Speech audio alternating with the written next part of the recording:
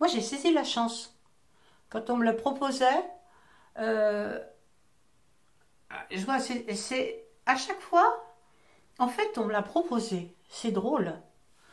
Et, et quand je vois qu'il y avait des gens, ou des hommes, je parlais avec certains qui me disaient, ben tu vois, moi, on m'a proposé d'aller travailler à Los Angeles, mais ma femme voulait pas. Mais j'ai eu cette chance, disons, avant d'être mariée, même quand j'étais à Paris au ministère, il y a un poste à Copenhague.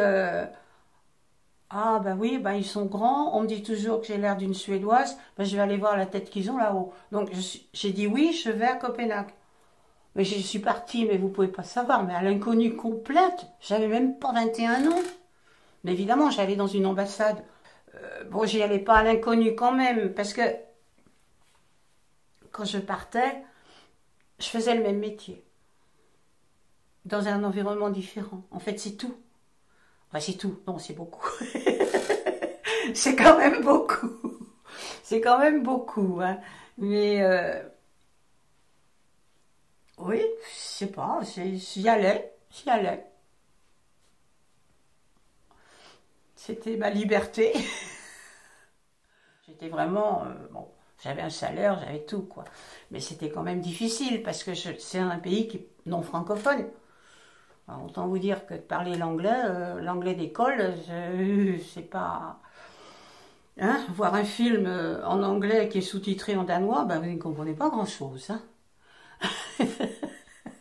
Et puis après, quand on m'a fait des autres propositions, et c'est là où je dis, il faut parfois aussi saisir la chance. Donc, alors là, vous dites, je le fais ou je le fais pas. Oh ben oui, je vais quand même le faire parce que dans le fond, ça va m'apprendre. Moi, je suis partie, en fait, ça allait m'apprendre quelque chose. Et quand on m'a dit, j'étais en Suède, non, quand j'étais d'abord à Copenhague, on me téléphone de Paris, tu veux pas aller en Suède? Oh, ben je dis, bon, ben s'il faut passer du frigo au congélateur, le froid, ça conserve. Bon. Et donc, je suis allée en Suède, mais je comprenais déjà le suédois parce que à Copenhague, on pouvait capter la télévision suédoise et j'aimais bien regarder la télévision suédoise. Et j'avais donc l'habitude. C'est des langues qui sont proches, pas similaires, mais quand même, avec la bonne volonté, on arrive à se comprendre. Au bout d'un petit entraînement, hein, on arrive à se comprendre. Donc moi, je comprenais tout ce qu'ils me disaient à Stockholm. Eux, ils avaient plus de mal à comprendre mon danois. Mais la différence entre les pays est quand même assez différente. Aussi bien la langue, c'est similaire, c'est pas pareil. Rien qu'au son, le son des, le son de la langue.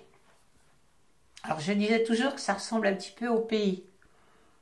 C'est-à-dire le danois, c'est pas une langue jolie, c'est un peu une consonance allemande ou néerlandaise, mais ça ne l'est pas du tout, ça n'a rien à voir.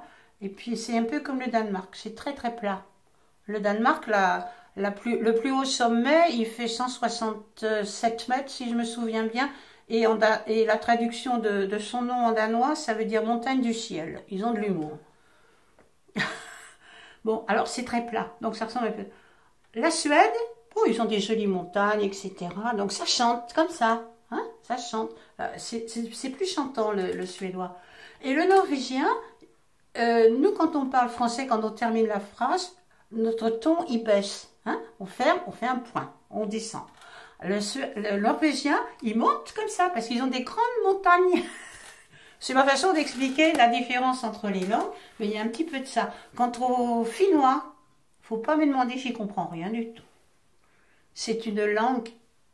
Si je sais dire goula, ça veut dire oui.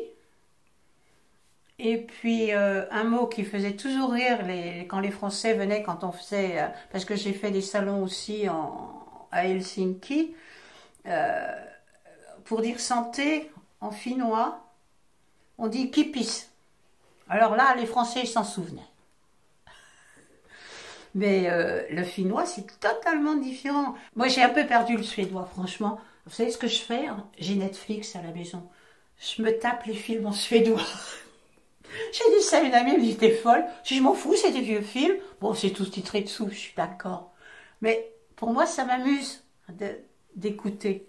Enfin, moi, j'ai habité pendant 25 ans au Danemark, je fais 25 ans au Danemark, puis un peu plus de 25 ans et un peu plus de 4 ans en Suède, donc j'arrondis à 30. Hein. Mais c'est vrai que ça marque. Hein. Je crois que c'est ça que j'ai fait. Et je l'ai souvent dit, ça, je m'en suis rendu compte. J'ai osé.